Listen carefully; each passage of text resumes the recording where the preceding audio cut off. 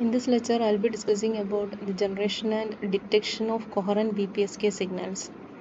So for that, I'll discuss its transmitter side and its receiver side.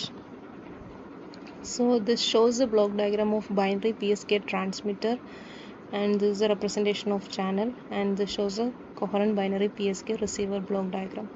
So starting with the PSK transmitter, at the input we are having the binary data sequence in the form of zeros and ones.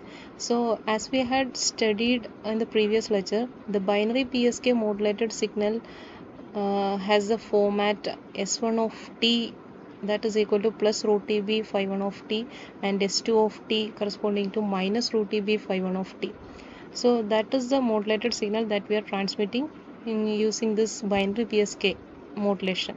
So for that, to attain that modulation, here at the input we are having the sequence zeros and ones. To attain that binary PSK modulation, we have to convert the zeros and ones into a continuous wave format with an amplitude plus root TB and minus root TB. For that, we are using a polar non-return to zero level encoder. So at the output of this encoder, we'll get a continuous wave with an amplitude plus root TB and minus root TB. Plus root TB corresponding to the symbol 1 and minus root TB corresponding to the symbol 0. So it is given to a product modulator.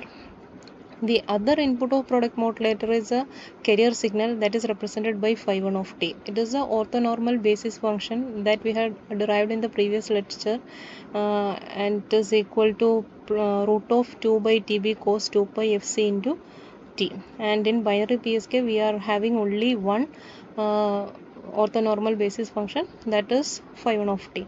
So at the product modulator, these two signals are getting multiplied, and at the output of this modulator we will get a binary PSK modulated signal. So that is represented by S of t. So S of t is equal to plus root TB phi 1 of t, which corresponding to the symbol 1, and S of t is equal to minus root TB phi 1 of t, that corresponding to the symbol 0. So that is the signal we are transmitting from the transmitter. So that's about the transmitter block diagram. Then this signal is transmitting through a noisy channel, and the noise in the channel is represented by W of t, and this noise is characterized as it's an additive white Gaussian noise. So the channel we are characterizing as an additive white Gaussian noise channel, AWGN channel. So when the signal is passing through this channel, it gets added with this noise W of t. So we'll get a noisy result as X of t. So X of t is equal to S of t plus W of t, and this X of t signal is received at the input of receiver. The receiver consists of a correlator followed by a decision device. In correlator section, it is having a multiplier followed by an integrator. So at the input of the multiplier and correlator, we are having the input signal X of t, and it is supplied with the reference signal phi 1 of t, which has the same characteristics as that of the phi 1 of t that is used at the transmitter section. The same phase relationship as that of the one used at transmitter section. So that's why it is known as a coherent binary PSK receiver.